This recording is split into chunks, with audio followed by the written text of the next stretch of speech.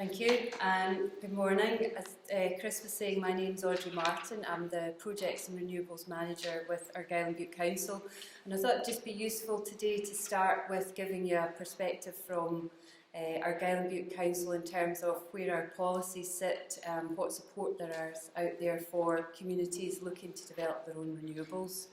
It's quite a short presentation, and obviously the objective of today is really to hear from yourselves about your projects, but hopefully this will set some context for you. So we have our single outcome agreement, which is looking at basically growing our population, just following on from what Pippa was saying earlier.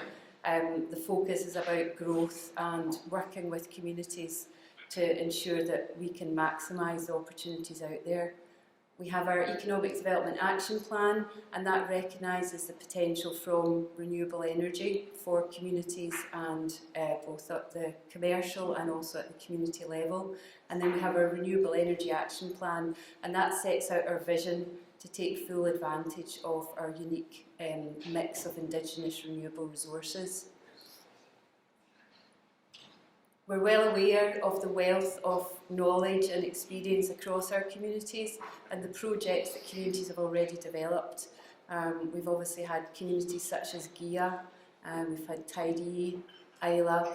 You'll hear from George later on today about their project. We've got Garmany on Mull, the hydro project there, and you'll hear from Richard about that later as well. So we have a huge wealth of experience, and I suppose today is just about trying to bring everyone together to share that knowledge and to take account of the changes that are taking place to see how we can still move forward with proposals.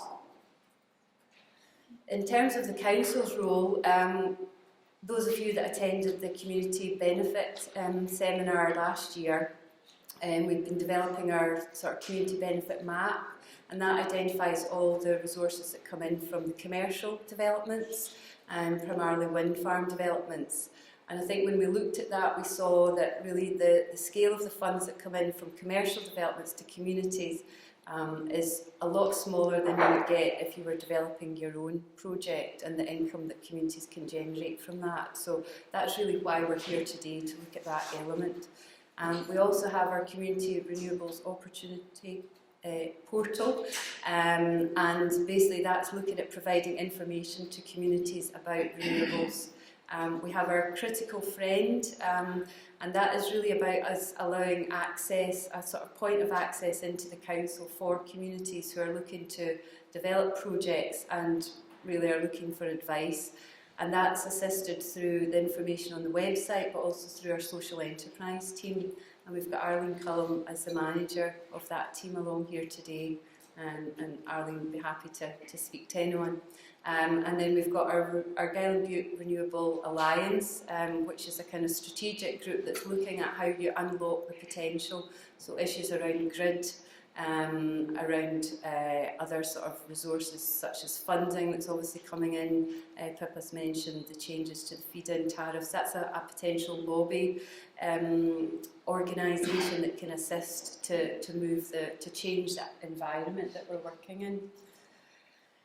In terms of what we're seeking to do, it's really to maximise the benefit from community funds from renewable developments at a commercial scale, and we've recently developed new guidance which is now in place, and that's seeking £5,000 per megawatt, and we're looking to maximise the socio-economic opportunities from commercial renewables in terms of jobs and skills and investment. And then we also have our Community Renewable Opportunity Portal, and I'll just say a bit more about that just now for you, and then you'll be able to go on and have a look at that online.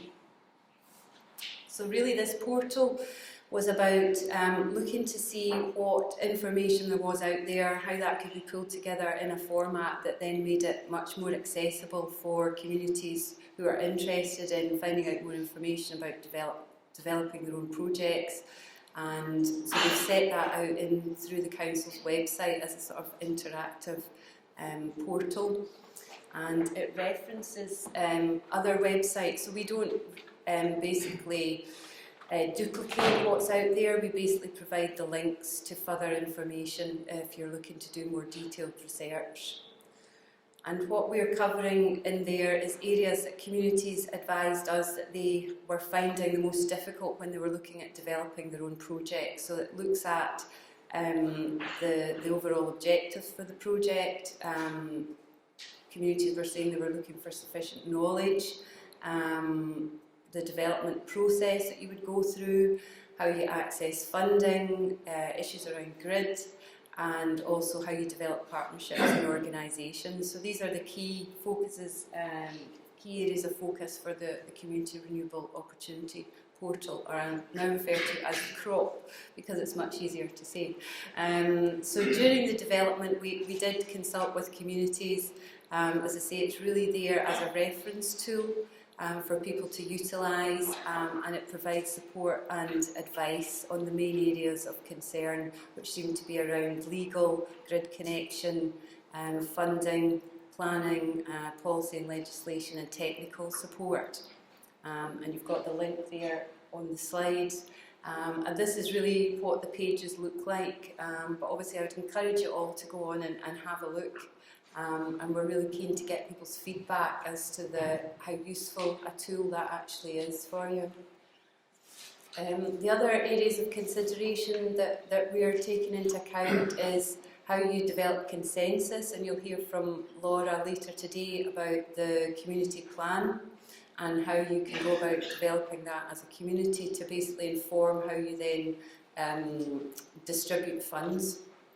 And also governance is obviously an important consideration as well, just for focusing on providing transparency for your communities about how you then distribute those funds. So an overview of our support, the new guidance on community benefit, the support through our community development colleagues, advice through social enterprise and also Business Gateway, and then the guidance that's available through the website and the CROP. So really just in conclusion, thank you for your attention, and look forward to taking any questions at the end of the session. Thank you.